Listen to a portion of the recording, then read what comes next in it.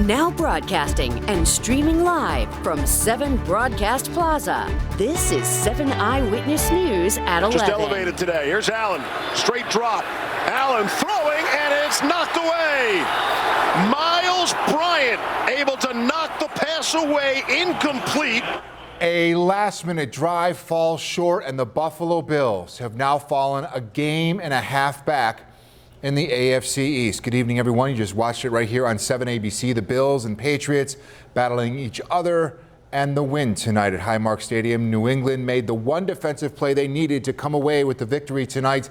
We have plenty of reaction coming up from the stadium in just a bit. We begin, though, with Adam Unger with highlights from this disappointing loss tonight, Adam. Well, you know what? It was one play that decided the game, but there were 59 more minutes, 58 more rather, still leading up to that one play. No matter how it shakes out for the Bills down the stretch, we can say that for at least 2 months out of this season, they were unable to string together back-to-back wins. We'll show you how this one went down. We talk week in and week out about the turnover battle and protecting the football, right? More on that in a minute, but the Patriots were the first ones to benefit as a Matt Breida fumble gives the Pats the ball, and they were in their own territory, but that's no issue for Damian Harris. One cut, 64 yards, and 6 points. The Patriots bail out, gets them on the board, and the 2-point conversion is good.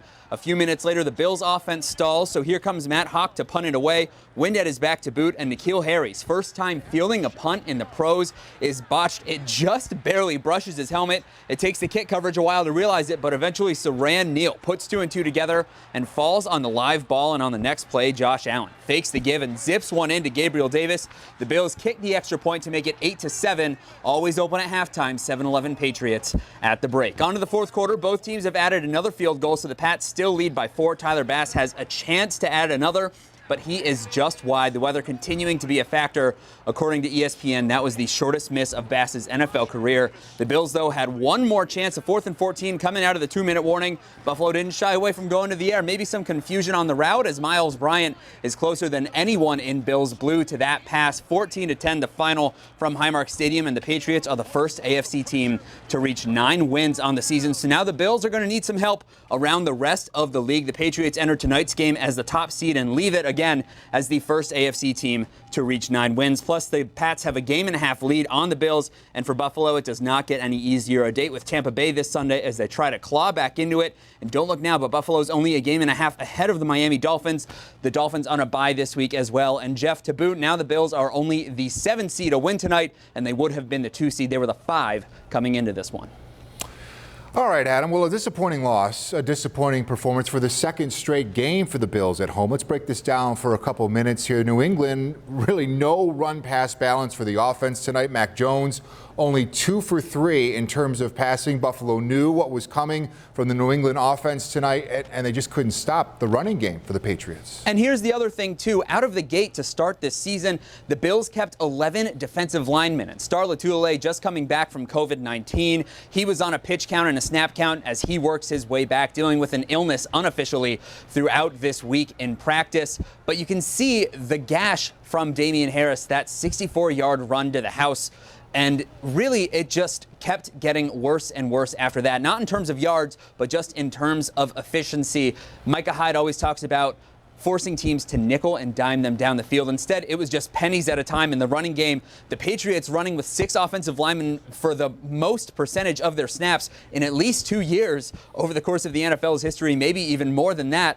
But the Bills just had no counter to it, and the Patriots were able to milk so much of that clock away, really throughout the entire game. Even when they didn't come away with points, the Pats still burning a lot of clock tonight, Jeff. Yeah, missed tackles over pursuit by the linebackers often tonight. Damian Harris over 11 yards a carry. The rookie Stevenson comes in to put the Pats over 200 yards rushing on the night in the 14-10 loss for the Buffalo Bills. Again, back-to-back real disappointing performances for Sean McDermott's team here at home. Now, Buffalo on the other side, despite the win, did not shy away from the passing game aside from the elements. Why couldn't, Josh be a little bit more effective especially down the stretch. Two trips inside the red zone, and late in the game, couldn't come away with any points tonight. Well, we've seen the red zone struggles all year from the Bills, and I think what we saw transpire this time around was actually running out of room. Even when you're working that short to intermediate passing game where you saw Josh just kind of zipping it into those tight windows less than 10 yards down the field,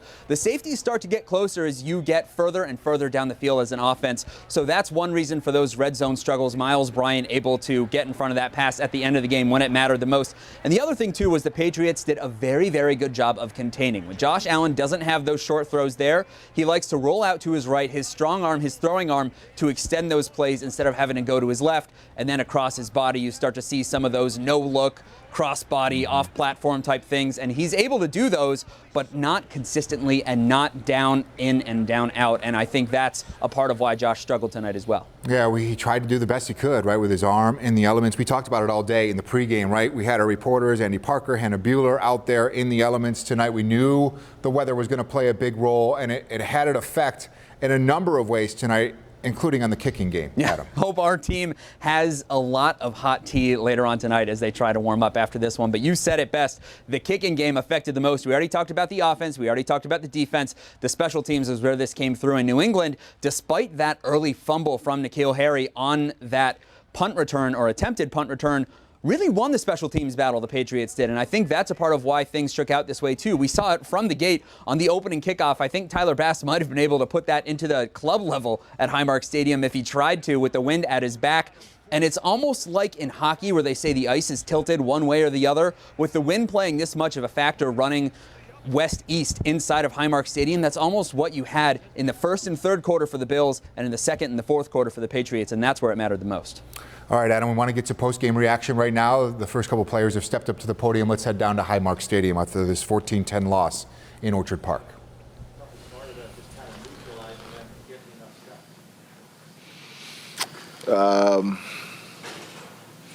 Once they got the run game going, obviously we knew they were going to be running the ball a lot, and then from there it's just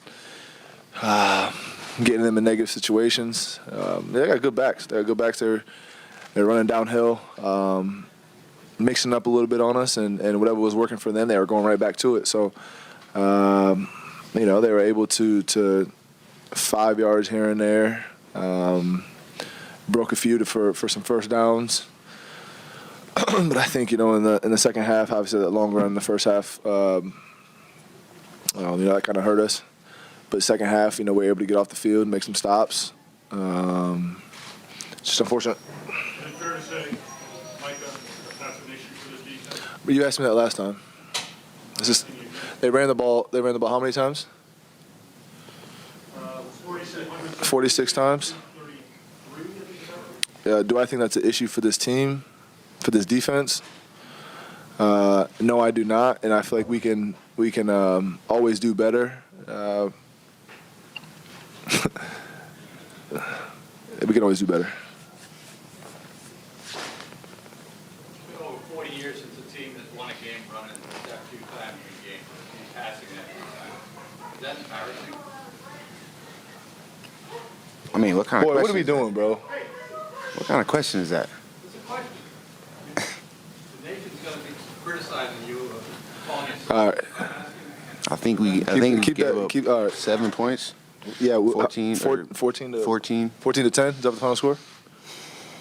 We made stops when we had to. They had one big run. I mean, they got good backs. All right. They kept coming back to a couple runs. I mean, I don't know how you want us to answer that question. That's funny. Well, we'll remember that. I'll remember that. Micah, how do you mentally get over this? I know it's easy to say, we'll get over it. So, how do we get over it? Yeah. It's another loss. Obviously we want to get on a roll and start winning. Another close game that we let go, and short week and on to Tampa. But I mean, you say it's another loss. I mean, this is the Patriots, right? First place was on the line. It was home. Monday Night Football. All eyes on you guys, and it didn't go obviously the way you wanted it to. I mean, I guess it's got to be really tough to bounce back from this, no? it's a tough loss, obviously, but we got Tampa Bay this week. Excited about another opportunity to go play football. What can you say, guys, just about the last 6-7 weeks? It's win, loss, win, loss, win, loss. You talked last week about stacking wins, and it just hasn't happened yet. Where do you go from here and trying to recapture some consistency where you can stack wins because you really need to? Yeah, for sure. That's the nature of the NFL. You got to find a way to get a win, and even if it is a close game, it's tough. We understand that, but we feel like we can always play better, and once again, it's on the next week, and we gotta find a way to get a win.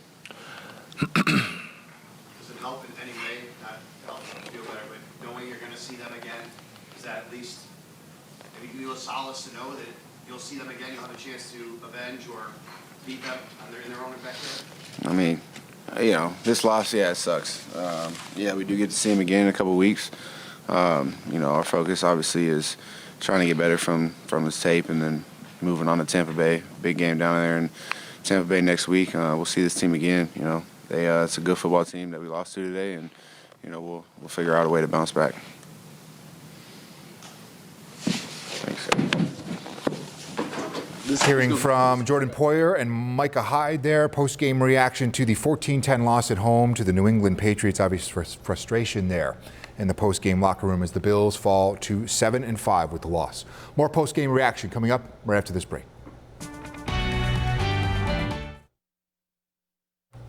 Welcome back. Buffalo Bills falling 14-10 to the New England Patriots tonight at home at Highmark Stadium. A wind-whipped Highmark Stadium. That's where we find sports director Matt Beauvais live on the field tonight with his thoughts on this loss. Matt? Hey, Jeff, it's funny because after every one of these games, I think Bills fans want to find one side to point the blame at. They want to say the Bills lost this game because of the offense or the Bills lost this game because of the defense. And I know it's not the sexy thing to say, but I think it's a little bit of both.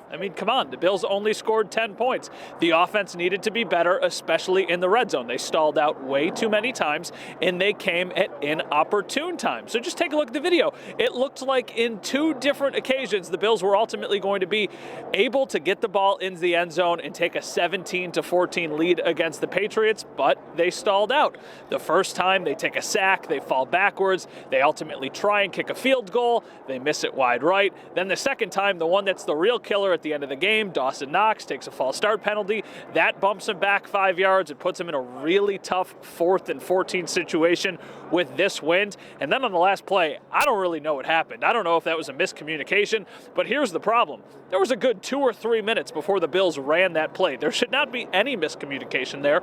And then on the defensive side of the ball, you just heard from Micah Hyde and Jordan Poyer, and they played it off like, nah, man, we gave up 14 points.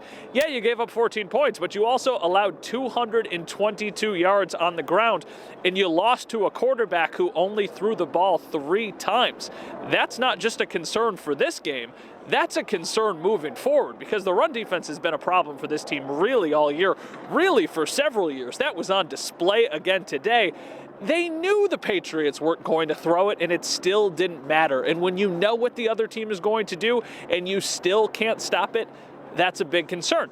And then as far as the special teams are concerned, listen, the Bills got extremely lucky with the ball that hit off N'Keal Harry's head, and then they ultimately recovered it, and they scored a touchdown on the next play. But think about it that way. Without that turnover, the Bills were only able to muster up 3 points by just going down the field and scoring. So I think there's a lot of different problems, a lot of different areas where we can look at when talking about this game. And I think both of those problems, all of those problems, really stem from the offensive line and the defensive line. I think the Bills are getting outplayed on the line of scrimmage on both sides of the ball, and that is a huge problem. Josh Allen left some plays out there. I thought Dawson Knox probably had his worst game of the year, one of the worst games of his career. There were some drops, there were mistakes, very uncharacteristic of him. But the line, once again, just getting beat, making mistakes. And of course, the weather played a factor in this one as well. But there were opportunities to win in spite of the weather. And I think that's what's going to make this one so frustrating for Bills fans. So as we kind of unwind here, and I know I'm rambling, It feels like the Bills lost this one. I know the Patriots did just enough to win, but if you ask me, I think the Bills lost, and that's why they're ultimately sitting at 7-5, and they find themselves in the 7th spot of the playoff hunt, a position not many people thought they would be in, and now it does not get any easier with the matchup on Sunday against Tom Brady and the Tampa Bay Buccaneers. So a lot of areas that the Bills need to clean up, and if they don't do it soon, they could find themselves on the outside of the playoff picture looking in, and who would have thought we would be standing here in December. All right, live from Highmark Stadium, Matt Bove, 7 Eyewitness News. Hey, Matt, let me bounce something off you real quick. You point to the areas, and you're absolutely correct that they have to clean up. Just the overarching theme, though, the last 2 games at home, right, for Sean McDermott's team, they get blown out by the Colts. They're on national television tonight, and this was not a well played, it didn't seem to me like a fired up team ready to go here tonight, despite the weather. It's disappointing to have these efforts here at home, especially for a Sean McDermott team. Oh, absolutely. It's disappointing. This team can't play from behind. They haven't come from behind and won a game this year. Last year, that was something they did. A couple of years ago, it was even something they did. This year, they can't. They get into these positions where they give themselves a chance to win, and then they make a mistake, and they come up short. And there's a lot of different people you can blame. Some of it's play calling, some of it's poor execution. It's really a combination of both. This is a very deflating loss. This team is supposed to be a Super Bowl contender, and they don't look like that. They don't even really look like a playoff team right now, which is concerning. Now, this is the glass half full approach if you're a Bills fan. There's 5 games left. You've got 3 games against teams you probably should be able to win, against Carolina, against the Falcons, against the Jets. But I say that with probably a good chance to win because we watched the Bills lose to the Jacksonville Jaguars not that long ago. So I never want to guarantee anything.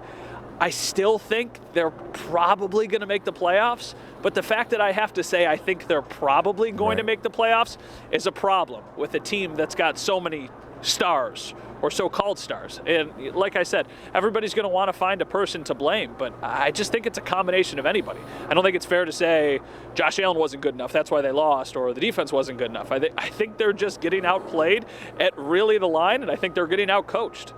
I think you're right. Matt Bove, live at Highmark Stadium. We're still waiting to hear from head coach Sean McDermott and quarterback Josh Allen. We're going to take a quick break, go back into the locker room for post-game reaction from this 14-10 loss. Thank you, Matt. We'll be right back. Welcome back. Still waiting to hear from post-game reaction from quarterback Josh Allen and head coach Sean McDermott following the Bills' 14-10 loss. We'll get you back down there to Highmark Stadium as soon as they take to the podium. Also tonight, hundreds of healthcare workers in Western New York now need to find a new job. They've been terminated for not complying with a state requirement. All healthcare workers had until the weekend to get vaccinated. Kaleida Health says they let go of 100 employees who previously had a religious exemption. About 200 have been terminated since November. Catholic Health says they fired about 185 employees. Meantime, dozens of people marched through part of downtown Buffalo to protest the county-wide mask mandate. These people argue the choice should be up to them. The mask mandate has been in effect for almost 2 weeks. County leaders say it is essential to help slow the spread of the virus, but many people, business owners and communities are pushing back. Tonight, the Grand Island Town Board passed a resolution that asks Erie County and New York State not to send anyone to the town to enforce the county's mask mandate. Many board members said tonight they are not opposed to masks, but rather the county holding the power over their use. County Executive Mark Poloncarz says the county will revisit the mandate by next Monday. Now, tomorrow will mark 2 weeks since the mask mandate started. COVID-19 test numbers remain high in Western New York. The 7-day positivity rate is above 11% for the 4th straight day. This is the highest it's been since May of last year. The Finger Lakes region remains above 10%, more than double the statewide average. Well, the Bills game, not the only reason some New Englanders were in Buffalo today. Former Boston mayor and current Labor Secretary Marty Walsh helped to break ground on a new NFTA charging station. This will help more people get to the airport and back. The $8 million project is expected to be done by next spring. Just before the Bills took the field at Highmark Stadium, Bills fans told county leaders where they want the team to play years into the future. The clock is ticking to find the Bills a new home. Their lease with Erie County for Highmark Stadium expires in 2023. The Bills say they want to build a new stadium in Orchard Park, but 2 proposals have been pitched in Buffalo. Natalie Fahmy tonight shows us what some people had to say. Let's do it right, and let's do it for the whole region. Downtown can help the whole region grow. The Buffalo Bills have proposed building a new billion-dollar stadium in Orchard Park. A recent study from the state also includes a downtown Buffalo option. More than 30 citizens spoke at Monday night's hearing of the Erie County legislature. Most of them prefer downtown. What is in it for the city of Buffalo? And as I look at the whole situation, really nothing unless you build it downtown. All the businesses downtown, they're going to get, gain revenue.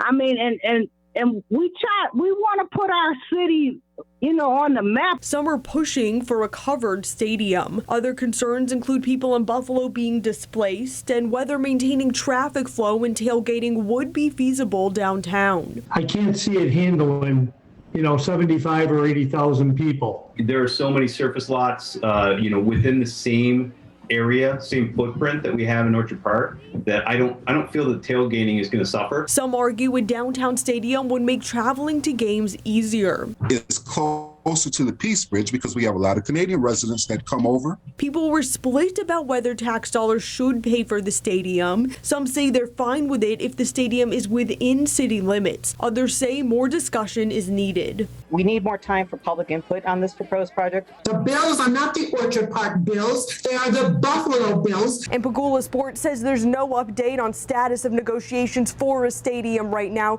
They also say there's no timeline for development and building of the stadium. In the newsroom, Natalie Fahmy, 7 Eyewitness News. And you can find a link to where you can sign up for the next 2 Erie County Legislature meetings and learn more about one group that is fighting to make pro football more viable in Western New York. All of that's available right now at WKBW.com. Bills quarterback Josh Allen has made his way to the podium down at Highmark Stadium. Let's listen in. Play the conditions here. Josh, I know you were telling the guys after the Saints game that time to start stacking some wins.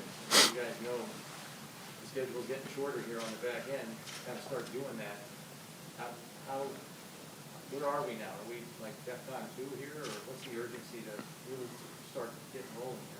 I mean, we got to play better. It's no secret. We got to start winning games to accomplish what we want to accomplish. But like I said, everything's in front of us, and we kind of get to control our own destiny. We got to find a way to keep winning, or start winning games here towards the end, and start stacking them together. But it starts with the next one. Josh, you guys started the season 4-1. You're 3-4 since then. That's a pretty big sample size. How has this thing spiraled out of control, really, in about 2 months' time? I don't know if it's spiraling out of control. I don't know if I'd put it in that context, but we got to win the close ones. We got to find a way, and we were 1-4 in the red zone tonight. Didn't play good enough. I take that very personally, and I got to play better, be better for this team. Josh, you're 12 games into the season, and I appreciate saying each week when you lose, you got to figure it out and get better. There's sort of been a pattern to the losses. Is this who you guys are at this moment, the type of team, the way you've lost, and does it need to change now? We're in mid-December. I mean, these are the biggest games of the year. Yeah, we got to find a way to win. I don't know what you want me to say. Like, again, we didn't play good enough. We gotta play better than the other team that we play on every Sunday, Monday, Thursday, whatever it may be. We haven't done that, too often in the last few weeks, and we understand that. But again, there is a sense of urgency with us, but we're going to go out and practice hard and focus on the next one. Josh, how confident are you that you guys have the right mental makeup inside that locker room to turn this around and flip the switch? And that might not be the right wording, but kind of figure it out and get it on a roll. No, I'm very confident in our guys. We've got some great leaders. We've got some true professionals on this team, and this can be one that can rip us apart or bring us together. And I think the latter. I think we'll get things rolling, and I know for a fact that we will because of the makeup that we have. Hey, Josh, acknowledging that both of these offenses and the offenses are built differently, right? And acknowledging the success you guys have had through the year, but on a night like tonight, did you feel you needed to run it more effectively as a team?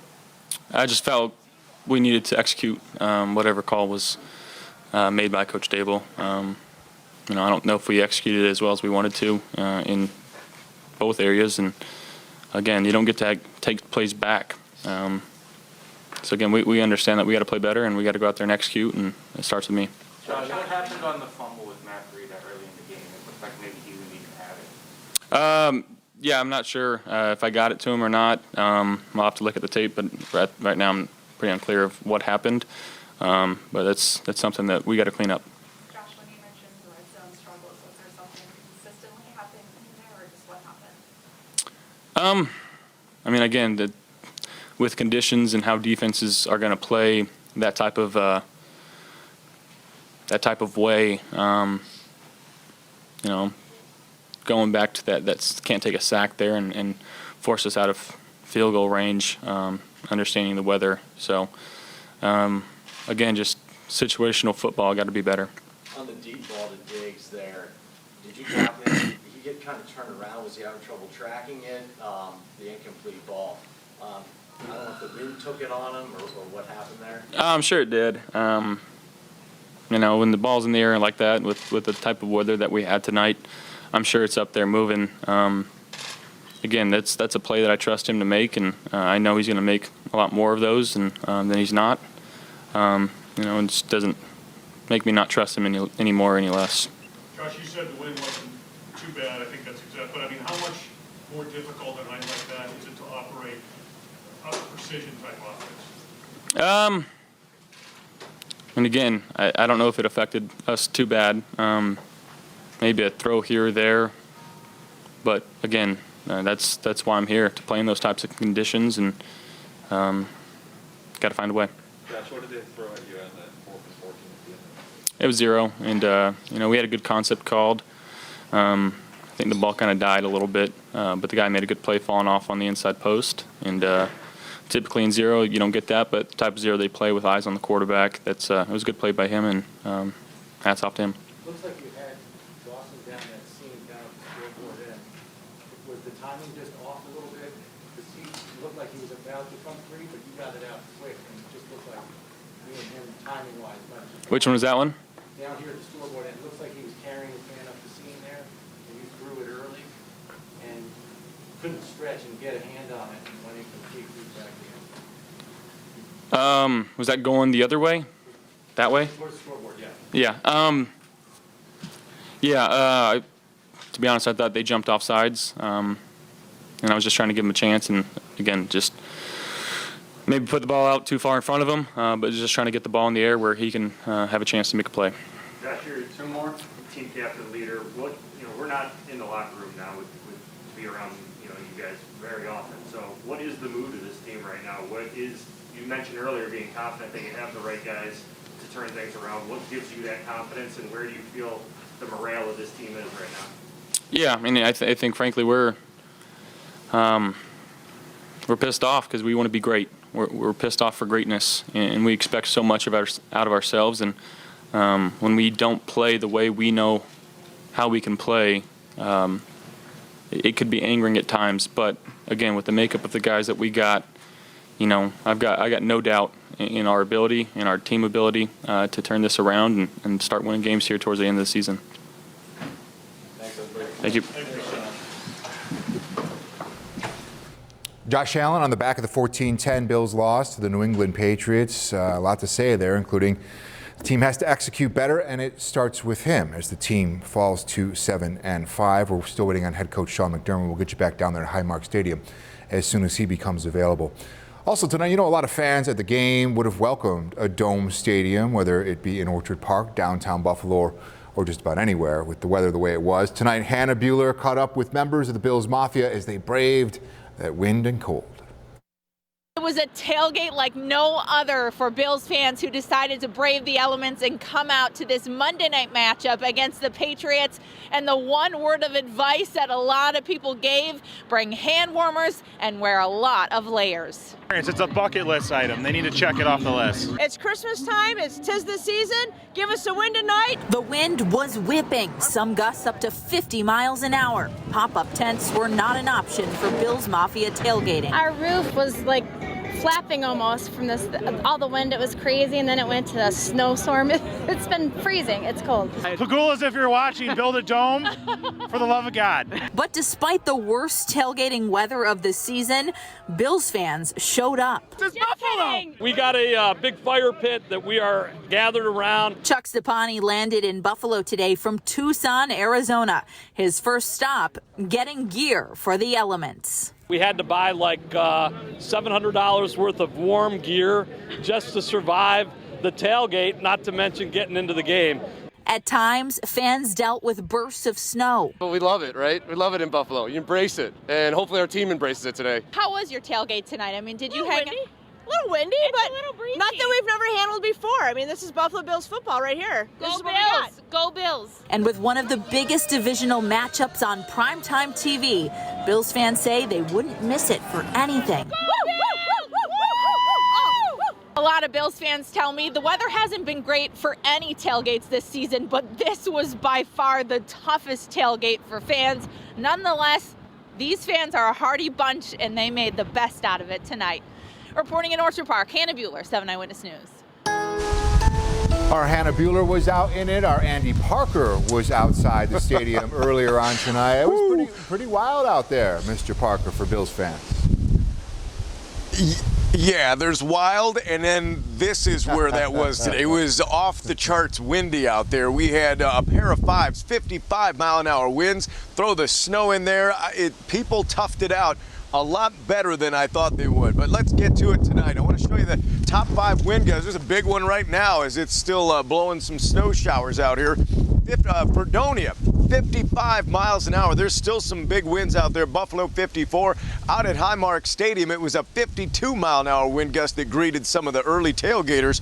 It slowed down into the 45-mile-an-hour range during much of the game. This is going to be the trajectories we take those big gusts fewer and farther between and bring them down by the time we get to tomorrow morning. I haven't even touched on the wind chill. Let's get to that. It was one of the big factors. We began in the 50s today, but everybody was outside. Air temperatures in the 30s, wind chills down into, 23 degrees is what it feels like right now. And there's snow out there. Let's bring you in on this one. This is a winter weather advisory that went up for a few inches of blowing snow over portions of the southern tier. This is where it is right now. I'm going to take you on a bit of a radar tour, kind of give you the update. There's nothing around this stadium. We had a few bursts of snow there, and then it started to stick to the ground once you got into Orchard Park, Boston, deeper sections of Hamburg by 391. A closer inspection of Chautauqua County tonight shows those snow showers blowing right through Jamestown all the way into Cattaraugus County, and you can see them there. Salamanca is covered. 86, probably a little tricky there between Randolph and Salamanca. Hop over the city, go up to the north towns. We're going to see some of these snow showers streak along the shoreline of Lake Ontario as well. Lewiston, a couple of snow showers, but not a big hit. You're not going to do a lot of shoveling on this one. You can see all the Great Lakes lit up as the cold air pours in, and it's going to stick around. 20s overnight tonight, and it's going to be 20s during the day tomorrow. So a big change as we watch that cold air come in. Let's bring this full, and I will bring you the forecast that shows you where these lake bands are. They're going to live well to the south as we begin the morning hours, and you can see them down there in portions of right along Pennsylvania and along the shoreline of Ontario, but I don't think it's going to be that impactful. Total snowfall, not a big deal, but still we'll find it blowing around. Look at how the lake effect lives right on into the afternoon hours, making another charge up towards some of the deeper south towns, and that could stick a couple more inches on the ground there. Wednesday, we see kind of a general snow showery day, which brings an inch or two, but then we'll see some lake snows kind of get enhanced on this towards the end. Here's the snowfall tonight, 1 to 3 out there early on, and then we'll tack on just a little bit more, and we'll put it 2 to 4 in spots of Chautauqua and southern Erie County based on what we'll gather tomorrow. Those are your totals. Not a heavy hit, but boy, it was all about the wind. 27 goes to 30, then 35 on Thursday. So the snowy part of the week, in the beginning of the week, it switches to rain and warms up by the end. What a night. If only we could have got a W, Jeff. Yeah, no question about it. A bunch of Bills fans willing to brave the elements tonight, Andy, for the hometown team. But Adam Unger, they weren't able to get it done against the New England Patriots. Another disappointing performance at home. Well, I don't think Andy heard me earlier. I hope he gets some hot tea. I hope Bills Mafia gets some hot tea and try to warm up and lick your wounds after this 14-10 loss. Coming up in sports, we're going back to Highmark Stadium. Still waiting on Sean McDermott as well. And we'll talk red zone stalls when we come back.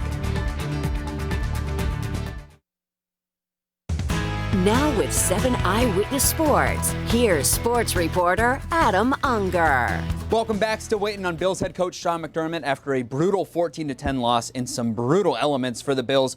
Really struggles on both sides of the ball. A gashing run from Damian Harris early, and the Bills really couldn't stop the bleeding after that. Tough to get anything going offensively in the wind, but we saw the same struggles that we've seen from them all season, and that was struggles in the red zone. We'll show you the play that sealed the deal on this one. 4th and 14 coming out of the 2-minute warning. It defined the game, maybe the season, and maybe even more. Miles Bryant's closer to this ball than any of the Bills receivers were. Josh Allen throwing 15 of 30 for 145 yards and that score early to Gabriel Davis. And in the wind, that's a pretty impressive stat line, but his receivers were dropping balls left and right in the weather. Josh Allen looking for another free play, but no laundry on the field here as he goes for the end zone to Dawson Knox, and the red zone struggles persist for Buffalo in that 14-10 loss. So now the Bills are going to need some help around the rest of the league. The Patriots entered tonight's game as the top seed in the entire AFC, and they leave the game as the first team in the conference with 9 wins. Plus, the Pats have a game-and-a-half lead on the Bills. For Buffalo, it doesn't get any easier because now, after losing to the Patriots, they get Tom Brady the following week and the Buccaneers as they try to claw back into it. And don't look now, but Buffalo's only a game-and-a-half ahead of the Miami Dolphins, who have strung together 5 wins of their own. Buffalo, on the other hand, will have gone 2 months, no matter how these next couple weeks go, without wins in back-to-back games. Checking in now on Highmark Stadium with sports director Matt Beauvais. And Matt, the Patriots were running the ball early and often, and the Bills still didn't have a way to stop it.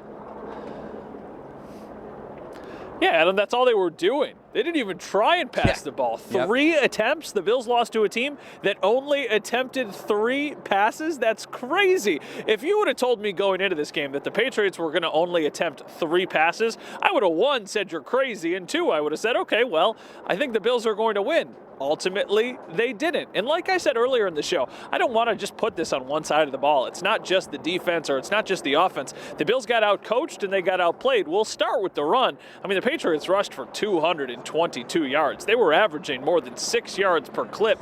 That's not good, especially when you know that they're going to do it. I know that Micah Hyde and Jordan Poyer, who we heard from earlier, took offense to, a reporter asking them if they're embarrassed by their performance, but they got beat at the line of scrimmage, and they got run all over. And that's a problem because they're going to be playing some good running backs down the road, and they knew tonight they were going to be running, and they still couldn't stop it. So can you imagine how bad that's going to be when you don't know what the other team is doing? And then on the offensive side of the ball, they only scored 10 points. That's bad.